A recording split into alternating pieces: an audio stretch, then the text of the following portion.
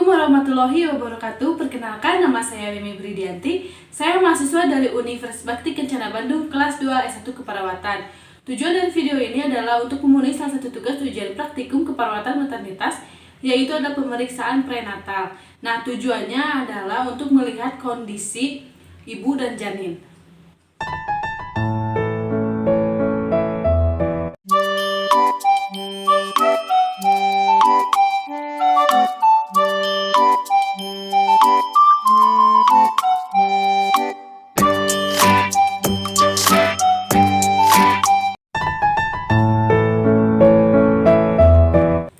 Baik, sekarang kita masuk ke dalam tahap prainteraksi.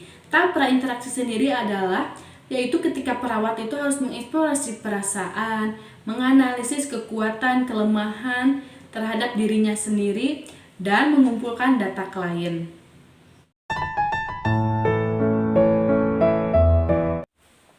Assalamualaikum Ibu. Waalaikumsalam. Ibu, perkenalkan, nama saya Mimi Pridianti. Saya mahasiswa dari Universitas Bakti Kencana Bandung. Apakah benar dengan Ibu Deti? Iya. Betul ya Ibu. Ibu akan melakukan pemeriksaan fisik ya Bu ya? Iya. Nah, tujuannya Ibu udah tahu ya, untuk mengecek kondisi Ibu dan janinnya Bu ya? Iya. Waktunya hanya 10-15 menit. Apakah Ibu bersedia? Bersedia. Baik, jika kalau begitu nanti kita akan timbang badan terlebih dahulu, Ibu ya? Iya. Badan dulu Ibu ya. Nah, timbangan klien itu 74. Pada ibu hamil, kenaikan timbang berat 11-18 kilo itu adalah normal. Ibu, sekarang kita cek tinggi badan Ibu ya.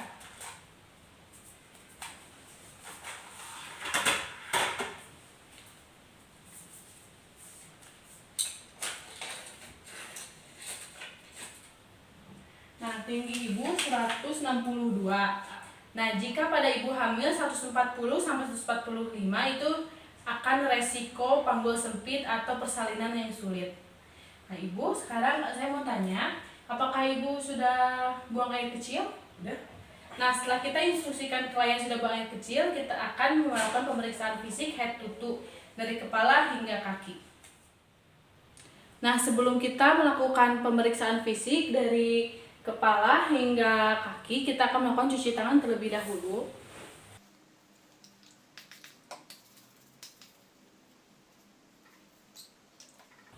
Setelah kita cuci tangan, kita akan melakukan tanda-tanda vital, yaitu yang pertama, kita akan tensi dulu. Pada ibu hamil, 140 mmHg akan dicurigai klien itu adalah preeklamsi.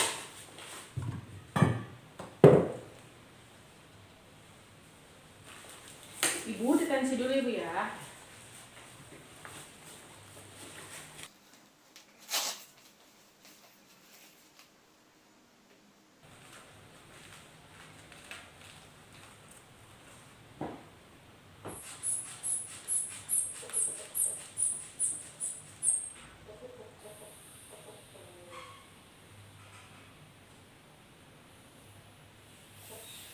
Nah, Ibu, tensinya 120/80 Ibu ya, normal ya Bu.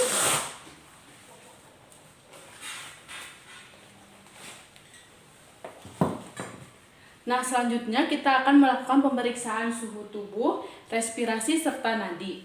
Nah, pada kehamilan trimester ketiga, nadi dan respirasi meningkat itu adalah fisiologi.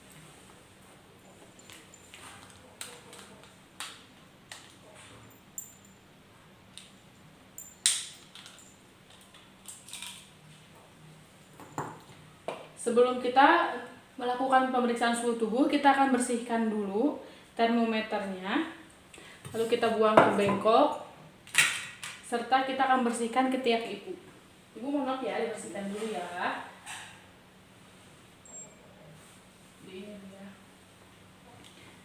Dan setelah itu kita akan melakukan pemeriksaan nadi dan respirasi 1 menit penuh. Nah, baik Ibu, nadi Ibu normal ya Bu ya, 80. Nah, respirasi dan pernapasan Ibu juga 20 ya Bu ya. Dan suhunya tubuh juga normal Ibu ya, 36. Nah, selanjutnya kita akan pemeriksaan head to toe dari kepala hingga kaki. Yang pertama kita akan periksa dari kepala. Nah, di kepala diperiksa yaitu adalah jenis rambut, apakah kuat atau tidak. Jika warna rambut kusam atau mudah patah, berarti dicurigai bahwa klien ini adalah kekurangan nutrisi. Serta kita palpasi apakah klien nyeri atau tidak. Ibu nyeri tidak? Nah, setelah itu kita lanjut ke muka.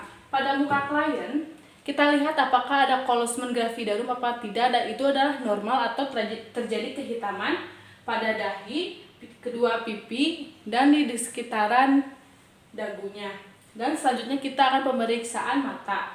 Pada di mata kita lihat apakah pucat atau merah atau pink. Nah, pada ibu hamil penurunan bisa terjadi karena penurunan hemoglobin. Dan selanjutnya kita untuk melihat fungsi mata klien, ibu apakah bisa lihat papan nama saya? Bisa. Nah, selanjutnya kita akan melakukan pemeriksaan di hidung. Kita lihat, ibu tidak dulu ya ibunya.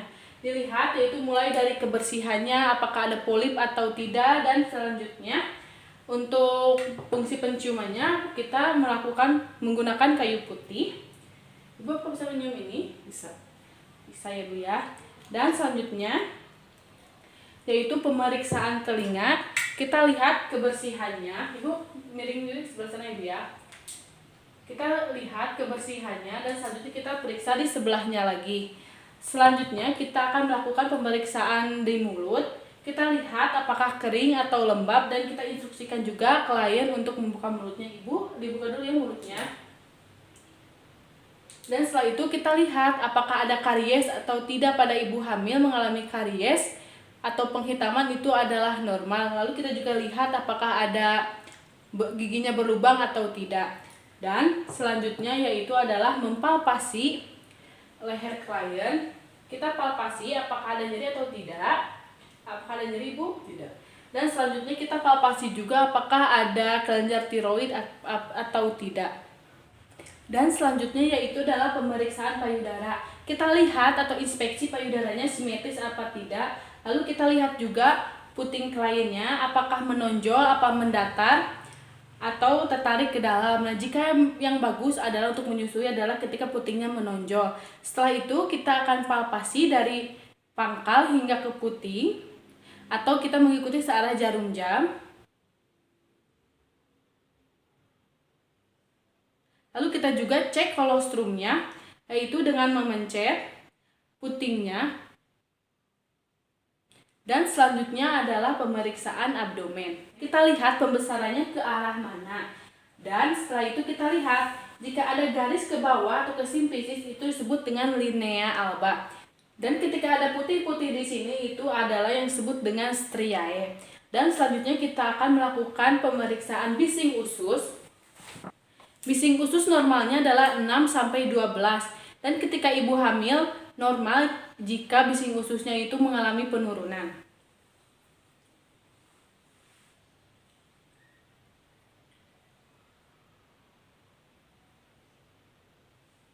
Bising pada ibu hamil itu hasil ibu adalah 5 ya Bu ya. Dan tidak lupa juga kita melakukan pemeriksaan bunyi nafas.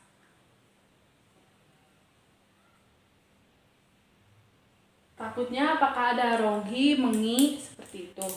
Dan selanjutnya yaitu adalah pemeriksaan Leopold. Sebelum itu kita akan tekukan kaki klien. Ibu ditekuk ya Bu ya. Nah, selanjutnya kita akan melakukan Leopold pertama. Leopold pertama yaitu tujuannya untuk menentukan mana bokong dan mana kepala dengan cara kita palpasi dari simplisis ke fundus. Nah, jika di sini adalah melengkung, bundar, serta lembek berarti itu adalah bokong. Sedangkan di bawah melengkung, bundar, dan keras berarti itu adalah kepala. Dan selanjutnya itu untuk menentukan bulan, yaitu kita hitungnya dari inci dulu. Nah, hasilnya adalah ibu 37, berarti untuk menghitung ke bulan yaitu 37 bagi 3,5. Dan selanjutnya yaitu adalah pemeriksaan Leopold kedua. Pemeriksaan Leopold kedua untuk menentukan mana punggung serta mana jari jemari. Kita juga palpasi dari simplisis. Nah, jika di sebelah sini yaitu bundar dan keras itu adalah punggung. Sedangkan di bagian kiri ibu atau klien itu agak kosong dan itu berarti adalah jari jemari. Selanjutnya yaitu adalah leopard ketiga. Leopard ketiga untuk menentukan sudah masuk ke PAP atau belum.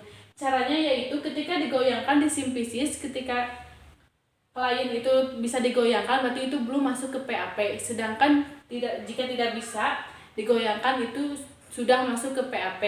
Ketika leopard 3 sudah masuk ke PAP, itu bisa dilanjutkan ke leopard 4. Sedangkan jika tidak bisa, belum masuk ke PAP, itu tidak usah dilanjutkan ke leopard 4. Selanjutnya yaitu adalah pemeriksaan leopard keempat.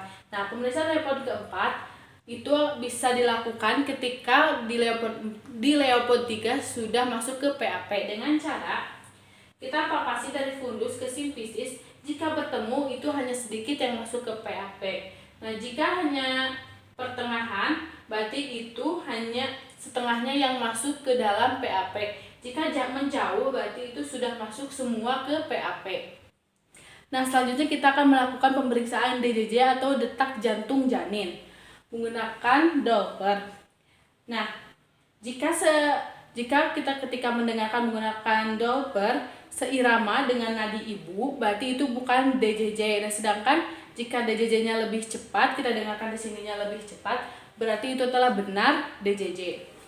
Kita dengarkan karena di puka atau punggung kanan ibu, di punggung sebelah sini adalah punggung, berarti itu adalah yang kita bisa periksa.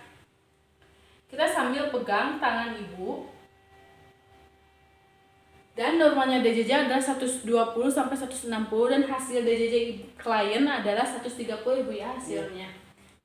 Dan selanjutnya adalah pemeriksaan vagina. Nah, kita akan cuci tangan lagi.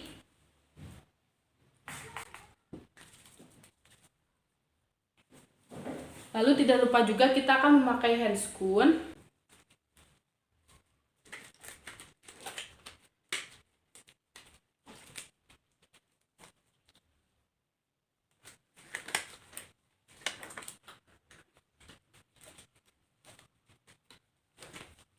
Selanjutnya kita akan melakukan pemeriksaan vagina karena di awal kita sudah menginstruksikan klien untuk membuang air kecil. Selanjutnya kita akan lihat atau inspeksi kebersihan dari vaginanya bersih atau tidak, apakah ada kutil atau yang disebut dengan kondilau. Selanjutnya bahwa keunguan atau cyanuric pada ibu hamil adalah normal.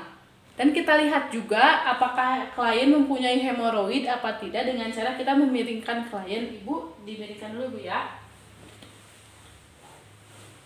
Nah, kita lihat apakah ada hemoroid apa tidak. Hemoroid atau wasirna klien tidak mempunyai hemoroid.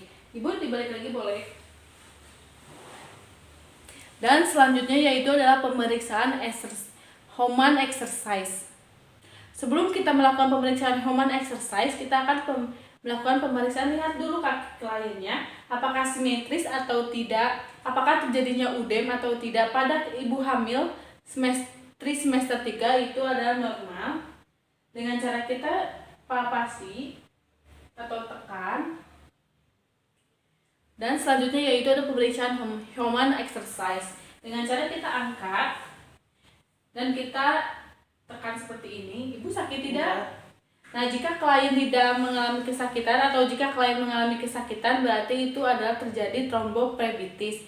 Dan selanjutnya kita memakai refleks patella. Kita angkat, ibu diangkat dulu ya. Kita ketuk. Jika jari jemari ibu bergerak berarti itu adalah syarafnya normal. Nah, baik ibu, tindakannya sudah selesai ya Bu ya. Ya. Nah, semua hasilnya itu baik ya Bu. Ya. Detak jantung janinnya juga baik ibu ya, bagus, kuat. Nah, ibu udah siap nih untuk nanti melahirkan. Dan jika nanti di rumah sudah ada tanda-tanda untuk melahirkan, nanti ibu cepat-cepat ke pelayanan kesehatan terdekat ya Bu ya. Ya. Sebelum saya kembali, apakah ada yang ingin ibu tanyakan? Iya. Baik, jika ibu tidak tanyakan, saya kembali ya Bu ya. Ya. Nah, sesudah itu kita cuci tangan kembali dan bereskan alat.